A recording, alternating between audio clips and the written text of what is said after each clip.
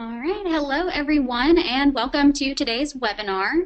My name is Kaylee Edmondson, and I am the Digital Marketing Manager here at Kindful. I'm happy to be moderating today's presentation for you all. Today, we'll be discussing turning advocates into donors and donors into advocates.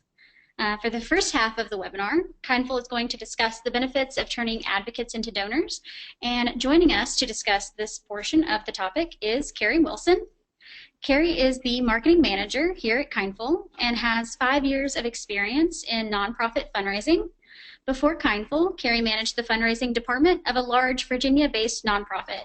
She was responsible for raising over $25 million for the organization on a mass scale. In 1 year, her team successfully increased revenue by over $1 million through fundraising efforts, including direct mail, email, radio, telemarketing, and other digital campaigns. Carrie also has her master's in international marketing from Holt International Business School in Cambridge, Massachusetts. So, before we get started for today, I'll just go over a few quick housekeeping reminders. So this webinar is being recorded and will be sent out to you all along with a copy of today's presentation.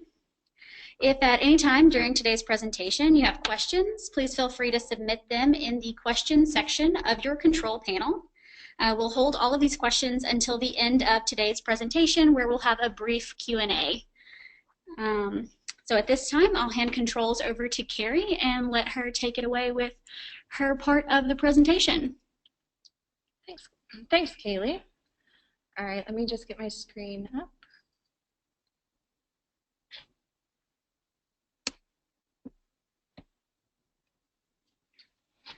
All right, hello everyone. I hope you are having a great day so far. As Kaylee mentioned, my name's Carrie, and today I want to share with you some ideas about how to turn your advocates into donors. And really, there's never been a more relevant time to discuss this. Current events have certainly created a lot of passion for causes, and so my hope today is that you walk away with some ideas that you can take right back to your work and turn them into action that makes a difference for the impact that you're trying to create. So, you have a group of people who've rallied behind your cause, and maybe they've signed a petition or evangelized for your cause in other ways. And today I'm going to show you some things you can do to turn those advocates into donors, but also how to do it in a way that feels natural to them and ultimately gets your organization more loyal supporters. Before I start getting into how to do this, I wanted to share a personal example of how I was nurtured from an advocate to a donor. One of the nonprofits that I support is International Justice Mission. If you don't know them, they're a great organization who's fighting to end modern slavery around the world. And I first learned about them when I was in college, and their mission, it was something that really resonated with me, and it still really resonates with me. And when I first learned about them, I made sure that I signed every single petition they sent out, which was a lot. And I felt very invested in this nonprofit. And because I signed their petitions, I was invited to one of their events. I ended up going and learned more about the work they're doing as a whole. I learned that they weren't just trying to get initiatives passed on Capitol Hill, though at the event they did train us to go to Capitol Hill and talk to our local congressmen, but they also shared with us stories from the field, stories of people who they had helped rescue from slavery, about the impact of their aftercare programs for children, who they'd rescued from trafficking, and so much more. After the event, I told literally everyone who would listen to me about IJM. I would share their posts on social media, I would get my friends to go to their events, but I hadn't yet made a donation. I kept receiving follow-up communication from them, referencing specifically what I had supported, as well as asking me to financially support their other work around the world. And it was through those touch points that I decided to ultimately become a donor. All of this is to say that there is a way to do this, and it worked for me, and yes, I am one of those cryptic millennial donors, and I've also seen it worked for the nonprofit that I worked at. So here's what I'm going to talk to you about today. First, I'm going to talk to you about why you really should care about turning your advocates into donors, and then I'm going to share 4 practical ways to do this, including how to segment your list of advocates. I'm then going to walk you through some components of an email nurturing series and also show you some examples. I'll give you some tips on how to ask for a donation, but more specifically, how to ask for it in an appropriate way. And then finally, I'll explain some ways to get your advocates to become your evangelists. These are going to be people who are on fire for your mission and willing to promote your organization as a whole. So first things first, why? Why is it important to convert your advocates into donors? And I have two reasons for this, and the first is very practical. It's more cost-effective than going after cold prospective donors. You should treat your advocates like donor prospects. These are people that know your cause, they know that it already resonates with them, and you know that it already resonates with them in some way. You also have some sort of contact information for them, at least their email address from when they were signing a petition or whatever it is they did. And this is cheaper than renting lists and sending out a mass appeal. And second, you're going to have way more loyal supporters when you get your advocates to be your donors.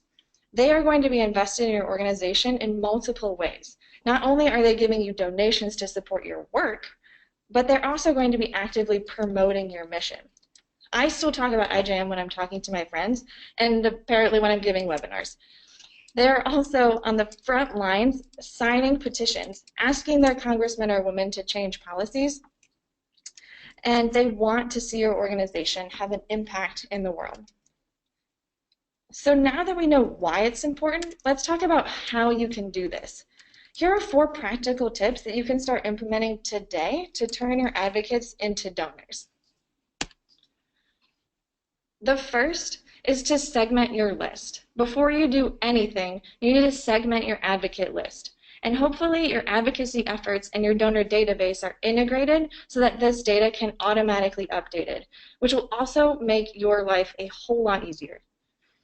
By creating different groups in your database, you are able to reach out to your advocates in unique and personal ways, which ultimately creates a more invested supporter.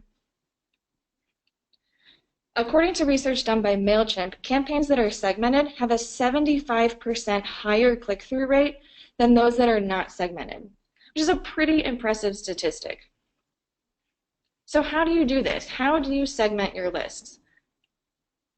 Well, the first is to create lists based on groups, create groups in your database based on your advocate's actions. So this is, what petitions have they signed? What petitions have they not signed? Have they volunteered in some sort of way? Have they donated at all, or have they not donated?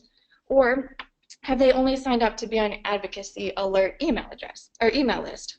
And by grouping them into segments, you can determine their interests, and it shows you how they've previously interacted with your organization. The next step is to match these created lists to the programs your nonprofit offers. For example, say someone signed a petition to end prison violence. They may be interested in supporting your rehabilitation programs as well.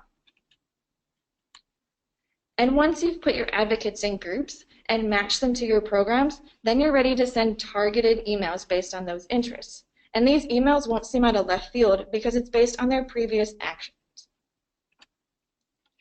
A tip is that if you've created donor personas, you can match your advocates to those personas. And this is an easy way to determine additional programs that they may be interested in giving to. The next tip is an email nurturing series. An email nurturing series is a really effective way to turn advocates into donors. This is a gradual but personal, thanks to your list segmentation efforts earlier, series which introduces your advocates to your programs and other giving opportunities. According to Emma, organizations with a welcome series saw a 30% increase in long-term engagement with their brand. So what does this email nurture series look like? I'll walk you through the components, and then I'll give you some examples of what a good email nurturing series looks like. If this is the first time an advocate has interacted with your organization, send them a welcome email. And even if it's not the first time, but you haven't sent them a welcome email, send some sort of variation that recognizes that they've supported you in the past, and then introduce your nonprofit as a whole. This welcome email explains your mission and vision. Your advocates may have signed your petition because they're passionate about the topic you're advocating for, but they may not know about your organization as a whole. This is the email where you share your heart, your big vision of how your organization is going to change the world. Another main component is showing your advocates the impact of your programs. Share a success story that is specific to what they supported, making sure you explain the impact that financial support has had on furthering your mission. Advocates are all about seeing change. That's why they sign petitions. So show them how your organization is doing that and how it's made possible through donations. Another email can highlight your other programs your organization has to see if they're interested in anything else that you do. Just because they signed a petition about saving the whales doesn't mean that they aren't interested in saving the sea turtles. It just might mean they haven't heard about your program yet. Ask them to follow you on social media if they aren't already, and make sure that your social media posts cover the whole breadth of your organization, including the advocacy efforts to keep them engaged. At the end of your nurturing series, don't be afraid to ask for a donation. If your advocates are nurtured correctly through this type of email stream, it's not going to be offensive to them to politely ask for a donation. And one thing to note here is that the length of this series can vary, and it doesn't have to contain every single component I'm listing here. Just make sure that you test which one works best for your audience. Now, let's check out some examples of good nurturing series. The examples I'm going to show you are a result of me signing up for the organization's email list, but the same principles apply to nurturing your advocates as well. So this first one is an email from an organization called Sunday Breakfast Rescue Mission in Philadelphia. Here you can see a personal letter from the CEO explaining the history and vision of this nonprofit. And at the end of the email, I've learned about the organization as a whole, and maybe I've learned something new that's piqued my interest in the process. The second email shows the impact of an organization. Here we have a success story, a story of changed lives. This shows that the organization is having an impact on the world. It also pulls at the heartstrings of the reader and is focused on the impact the supporter can have by donating to this mission. This next example has all 3 points of the last points in one email. So as you can see, they clearly list all of the services provided. Maybe I signed up because I was interested in their food bank, but now that I see they also have health clinics, I would support that as well. There's also a clear social media ask at the bottom, explaining what they will receive when they follow them on social media. And lastly, they also include an opportunity to give. Now that they've introduced you to the organization as a whole, they can test if certain offers resonate with certain people. A tip here is to set up an automated email series to save you time and connect with your advocates quicker. An automated email series means you only have to do it once, and you know that every time someone new interacts with you on an advocacy level, they will immediately be given this series. The third tip is to always include an opportunity to give. Since we mentioned asking for donations, there are other easy ways that you can ask for a donation that aren't intrusive. At the organization I worked at, we had to tread very lightly on whether or not we could send our advocates fundraising appeals. I'd hear things like, just because they aren't donating doesn't mean they aren't supporting the mission. Or, we don't want to scare them out of our advocacy efforts by asking for money. And these are all very fair points. But what I'm suggesting is that if you nurture your advocates correctly, there are tactful ways of asking for a donation. So here are 4 ways that you can do this. The first is to include a link to your donation page in your email signature. This is a really easy and non-intrusive way to ask people for a gift. It's there if they want to use it, but you aren't explicitly asking them. This can be as simple as putting a Donate Now button at the bottom of your email, like right underneath your signature. Or if you'd rather it be a bit more subtle, you can say something like support the sea turtles, or are you interested in supporting them, and just hyperlink it to your donation page. The next tip is that when you're in an advocacy event, offer a text-to-give opportunity for anyone who's interested. At events, people's emotions are really high. They are on fire for your cause, and if they weren't, they probably wouldn't be there. So try and take advantage of some of that momentum and offer them an opportunity to give. This doesn't have to be a 20-minute sales pitch from the stage.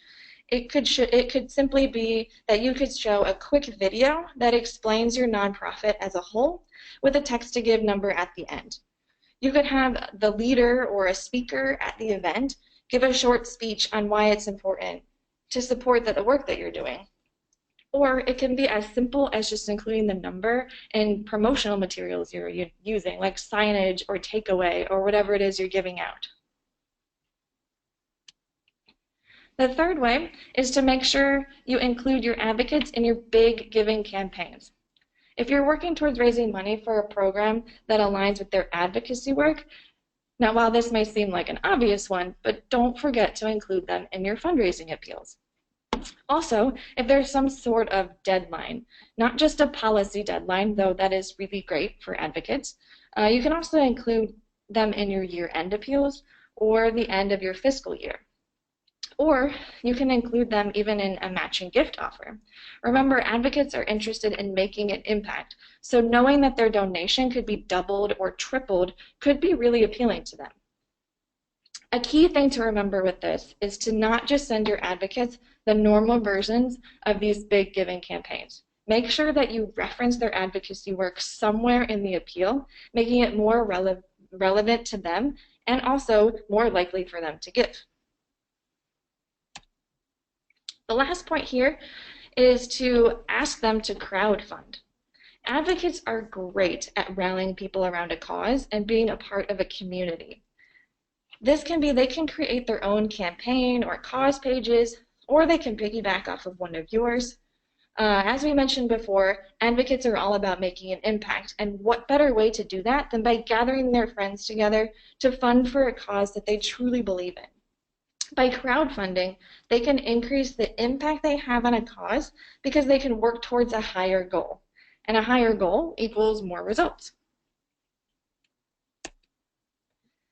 The last point here is to ask your advocates to be evangelists for your organization. So speaking of making an impact, why not let your advocates help you increase your brand awareness as well as recruit prospective donors?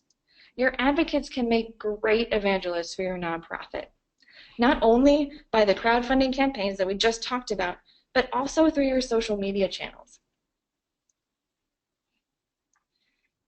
You can create social media posts that your advocates are passionate about and are most likely to share. So some examples of this would be a really powerful image, a meaningful statistic, a powerful image with a meaningful statistic, some sort of content, maybe an ebook or an infographic that appeals to them, or you can promote a petition that for a bill that you're trying to get passed. Another way is to get creative with your hashtag game. Create a hashtag around your cause and start getting your advocates to use it and promote it. Hashtags can be used across all social media platforms and are a great way to spread awareness about your cause. Make it some sort of a challenge. We all know how successful the Ice Bucket Challenge was, and while that challenge took on a life of its own, there are a lot of elements from that campaign that you can apply to your audience. Make sure the campaign is something meaningful to your advocates, otherwise they're really not going to promote it. Here's an example of a hashtag campaign that we at Kindful are starting called #BeKindful. The premise behind #BeKindful is to fill our social media feeds with kindness by highlighting the great work nonprofits are doing around the world. We even created this landing page at bekindful.com to get the ball rolling. It includes a social media feed here on the right-hand side so people can see who is also using the hashtag. But whatever type of social media effort you decide to do, make sure that the goal is to get as many new social media followers as possible. And once you do that, you can then nurture them into prospective donors. So, what did we learn in this part of the webinar? So first, segmenting your advocacy list based on preferences can increase the engagement rate and ultimately the response rate of your fundraising appeals. Second, an email nurturing series is a great way to drive advocates towards giving a donation. Third, it really is okay to ask your advocates for a donation as long as it's done in an appropriate way. And finally, advocates can make great evangelists for acquiring new donors, and so make sure that you start thinking of great new hashtags. So in conclusion, if treated correctly, your advocates can be some of your best donors. And I hope that these tips get you thinking about how you're currently treating your advocates, as well as give you some ideas that you can start testing out today. And hopefully you won't have to look too far to find new donors for your nonprofit. Awesome. Thank you so much, Carrie. At this time, I'd like to introduce Chaz Clevenger from OneClickPolitics. For this half of the presentation, Chaz will be discussing the importance of turning donors into advocates. Chaz is a digital advocacy expert and columnist for Campaigns and Elections magazine. Chaz previously worked as a grassroots advocacy consultant at CQ Roll Call and has consulted on over 60 political and public affairs campaigns through his work as a VP at 720 Strategies and president of Coastal Political Strategies. So at this time, I will turn controls over to you, Chaz. Great, thank you, Carrie, for that introduction and for that fabulous presentation to everyone. Let me just go ahead here and show my screen so that I can go ahead and get started here on the Turning Donors into Advocates portion of the presentation for everyone here today.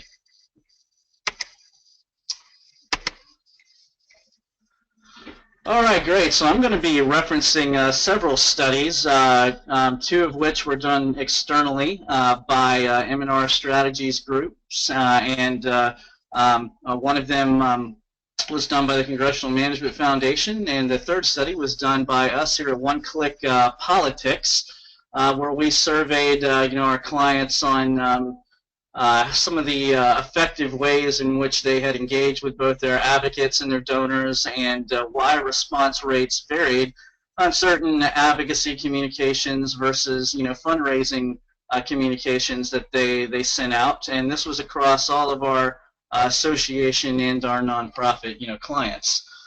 Four of the key takeaways that I would like to discuss today are about how those studies show that advocacy alerts oftentimes receive 5 times as many responses as fundraising appeals. With this in mind, I'm going to speak quite a bit throughout this presentation about advocacy-inspired fundraising, meaning that advocacy that or fundraising that is driven first by advocacy oftentimes has a much greater effect and much more powerful and much more effective than campaigns that focus on just a classic donor ask or fundraising appeal without an advocacy initiative tied to it. Secondly, one of the major takeaways that I hope you'll get is about how advocates are 7 times more likely to become donors than non-advocate supporters of your organization.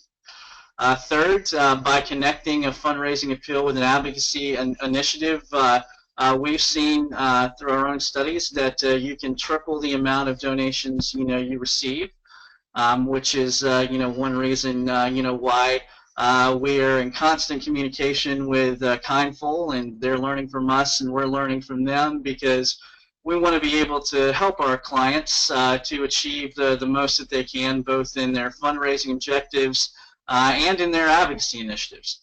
And also, as I was speaking about before, we want to show how advocacy-inspired fundraising that's tied to current events and timely news stories can provide for the best fundraising opportunities. One of the examples I'll talk about later in the presentation is about how the International Rescue Committee is using the current issue of Trump's policy on refugees, both to raise money for refugee families, and then also to engage in advocacy efforts to combat the White House's policy on this particular policy issue.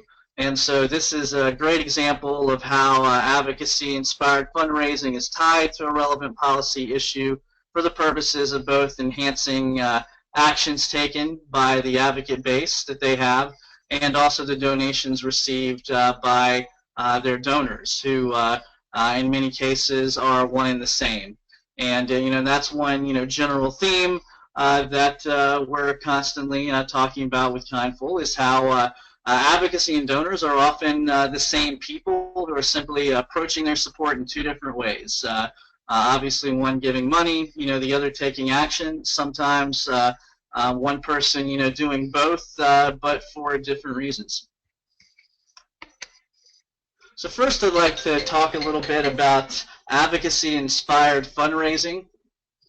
Well-written advocacy alerts ideally inspire people to take action on policy issues by contacting their legislative or regulatory officials or submitting letters to the editor and journalists. Pretty basic. We all know what an action alert's intended to do. The M&R Strategies e-nonprofit benchmark study of national nonprofit groups that I mentioned, before, is where we got our statistic about how action alerts are 5 times more likely to be read and to be responded to versus fundraising appeals. One of the reasons, for this, that was determined, from the study, is that a supporter views, taking, action and sending, email as, a less risky, less severe, ask from an organization.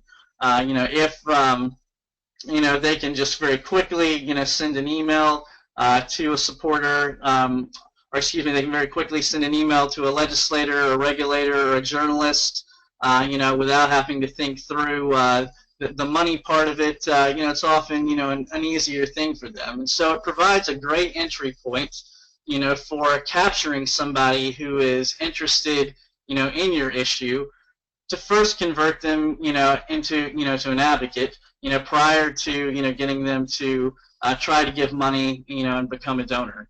And with this in mind, the advocacy-driven, fundraising approach, is constantly proven to yield better results. And so we always recommend to lead with advocacy and not fundraising in order to gain more donors. Advocates, are always your best donors. And that's, another thing that, both of these studies revealed. Donors and advocates are often the same people, and if not, they should be. Two groups of individuals that, of course, as I mentioned before, approach their roles sometimes differently, depending on whether they started out first as an advocate or a donor, but are equally beneficial to your cause. Both our internal study at OneClickPolitics and the e-nonprofit benchmark study, indicates that advocates are always poised to be your most reliable donors, to the tune that an advocate, as mentioned previously in one of the key takeaways, is 7 times more likely to make a donation than a non-advocate. And this is, one of the best ways to take the approach of, turning, your, donors, into advocates. It's taking those, people, who have already, given money and, are already engaged, in the process of investing their resources financially into your cause, and prompting them to take action through methods such as Carrie mentioned before, text messaging, email, patch-through calling, social media, any number of mechanisms that are available today through modern technology. And in the same way, advocates provide one of the best resources for conversions, into donors. Consistent advocacy-driven, fundraising, allows you to identify the super advocates who consistently take action on key policy issues. So by monitoring those people that are responding most often, to your calls to action, whether it's through email or social media or some other communications mechanism, these are the people that are taking the time, day in and day out, every time you send out an alert, to respond because they care about the issue, and so they're likely, regardless of their income, to be able to and also be motivated, to want to give, something towards your cause. Whether you'd classify them as a micro donor or potentially someone who could be nurtured, to a higher level of giving, is another topic of conversation entirely. But this advocacy-driven approach to fundraising will allow you to ultimately be able to capture and cultivate the individuals who are taking the most actions on your issues, and they're ultimately likely to become donors at some level to your cause, and continue to support you financially in addition to simply taking action. Next, I'd like to talk about connecting your fundraising appeals with advocacy, initiatives. I talked a little bit about this, earlier in the example of what the International Rescue Committee is doing with, Trump's, refugee ban, and how they're tying this, latest current event within the policy realm to an important advocacy and fundraising appeal. But for a moment, I want to take the news part out of it and just focus on, how tying a fundraising appeal to an advocacy initiative, trumps, just a classic fundraising appeal on its own. Very, very simple example, would be comparing, just a classic fundraising ask of asking someone via email or over the phone or at a fundraising event to give X amount of dollars to cure cancer. They're simply being asked to give money to help solve an important problem.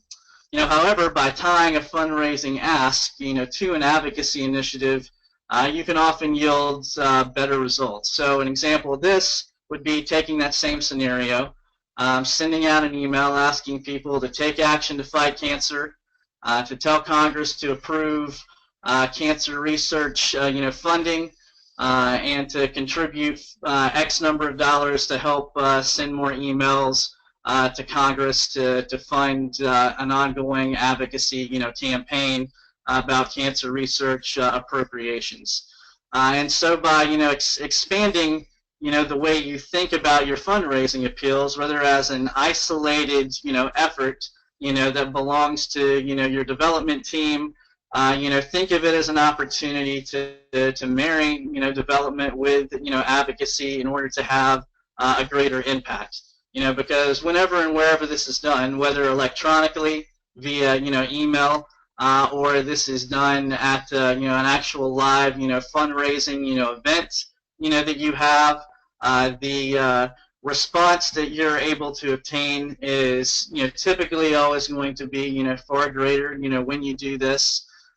Simply due to the fact that you're engaging people on multiple fronts to be involved in something that matters to them, because when they give their money to help fight cancer or to help fight whatever issue that is important to them, sometimes a donor's efforts will stop there. They'll feel good about the contribution they made, and if they aren't properly engaged and asked to contribute their time as an advocate to write an email or make a phone call or engage in other activities, then they'll think that they've done all that you needed them to do, and they'll feel good about themselves, like as they should. It's not their job to try to discover what else there is to do. It's our jobs to provide advocates, and donors with the necessary information, to turn them into both. And in the case of donors, we want to make sure that we provide them with those opportunities, for immediate follow-up. So, if we didn't, pitch the initial fundraising appeal alongside of an advocacy initiative, if we pitched it simply as a fundraising ask, then in that particular case, we want to be prompt in following up, with, requests, either, automated or preferably personalized, that, ask them for additional information, and ask them if they'd be willing to, sign a petition or send an email to their legislator or take action in some other valuable way, whether it's legislative or regulatory related, to engage them beyond just simply making a donation. So moving on kind of to the last and final point, which I have already talked about, briefly, the trifecta of the biggest and best way when all the perfect worlds collide to run a fundraising campaign is when you can tie your fundraising ask to both an advocacy initiative and to a timely current event that is being spoken about, on the major news networks, and that not only your organization, your advocates, but also that the general public at large knows about. So to reiterate, in that example that I was talking about earlier, the International Rescue Committee is running both a fundraising and advocacy appeal on their website, asking advocates to give money to help refugee families relocate, and asking people to tell the White House to end the refugee ban. And they're leveraging, of course, the Trump administration's ban on refugees. And so whenever you can take a timely piece of news and tie it to a fundraising appeal or an advocacy objective, that enhances your ability to bring in the general public and create either organic donors, organic advocates, or both, at a substantially greater rate than you would be able to be if you were doing a fundraising pitch alone, an advocacy pitch alone, or even if you were marrying a fundraising pitch with an advocacy initiative, such as I mentioned in the last slide. This is ultimately, if you only remember one thing out of my part of the presentation today, is the one that I would encourage you to take a look at the most. And this came out of the M&R Strategies, e-nonprofit, study from several years ago, and we've seen it as a constant way for groups to be able to gain organic advocates that are sometimes double or triple the amount of their current advocate base whenever they can capitalize on an issue in a timely manner. And the window of opportunity is very small here, as we all know. And so, in another week or two, the news networks will be talking about something entirely different. And so it's incumbent upon groups like the International Rescue Committee to be able to act very quickly, to throw up these websites, to push out these alerts, and to engage in the type of advocacy and also fundraising that they need to do to make their campaign successful within a time frame that it's still on the general public's mind, it's still on the media's mind, so that they can capture new advocates in addition to motivating the active current advocates that they already have, and potentially also the more inactive advocates that are part of their network that have failed to take action aggressively in the past. So in conclusion, ultimately what we've seen with our clients is that the most effective way to raise money is an advocacy-driven approach to fundraising that leverages timely news and current events to capitalize on current issues important to your advocates and the public at large. And we hope that that's something that you can incorporate into your advocacy strategy moving forward in order to particularly capitalize on many of the likely opportunities there will be during the Trump administration's first 100 days. During any new presidential administration's first 100 days, we all know that there is a large amount of new policy initiatives that the president, urges, Congress to take on, and so there will likely be, many more things, coming out of both Congress and the Trump administration that will impact organizations of people who are listening to this webinar today. And so we hope that, by implementing strategic tactics, such as this, that whenever those new initiatives do come up, during the remainder of the Trump administration's next 100 days, you'll remember the content of this webinar and be poised to act on it accordingly, so that you'll be able to leverage both your donors, and your advocates, to take action and to give money to help support either the passage of legislation or the combating of legislation, that is likely to take place in the near future. And thank you so much for your time. We appreciate the opportunity to speak with you. And I will be turning the controls back over to Carrie and Kaylee for our Q&A. Awesome. Thank you so much, Chaz. Let me turn the controls back over. So at this time, we would like to open the floor for any questions that you guys might have about today's presentation, whether it be the OneClickPolitics half or the Kindful half. We're happy to answer both for you. We do have some questions that have come through, so I'll go ahead and start with those. But if you think of other questions, feel free to chime in that question portion of your control panel, and we'll be happy to get any questions answered for you. So the first one, how many emails is a good number of emails to send in a nurturing series, Carrie?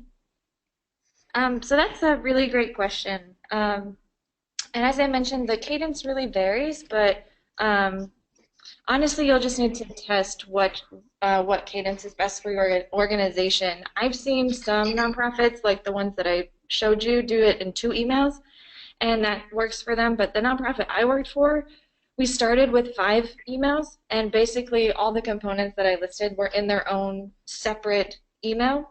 And then we tested that against a shorter 3 email series where we combined the social media ask and the other programs offer into 1 or 2 emails.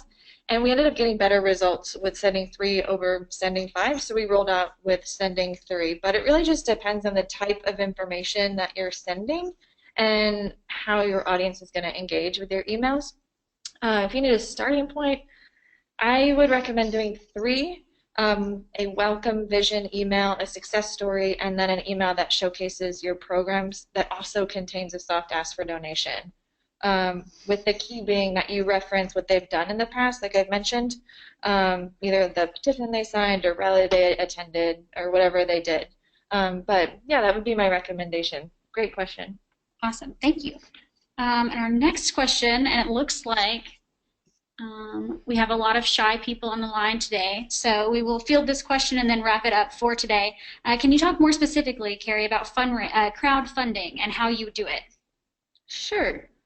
For crowdfunding, so say your advocates attended a rally to support a bill for cancer research, and you also are raising money for cancer research. You can do one of 2 things. I guess you can either say you're going to hold a 10K to raise money, and you can ask your advocates to create teams, create their own campaigns and cause pages, and then you can have your advocates raise money towards a certain goal and work together, or you can let them actually start their own campaigns. Think like what Charity Water does, and it's up to you how you promote either way that you do, but you just need to let your advocates know that this is actually an option that your nonprofit provides. So that's a little more about what crowdfunding actually is. Perfect. Thank you so much. So we have had quite a few people ask about the slides for today's presentation, and I do want to remind you guys that we will be sending out a post-event email that will include a recording of today's webinar along with a copy of the slides so that you can have those to look back through. If you feel like you come up with more questions after we close today's webinar, please feel free to reach out to Carrie or Chaz. You can also contact us at hi@kindful.com, and we'll be happy to answer any questions that you have. We thank you so much for taking the time today to attend our presentation and encourage you to leave feedback that will be on the survey that's included in the follow-up email so that we can continue to bring you valuable and meaningful content. Thank you so much. See y'all next time.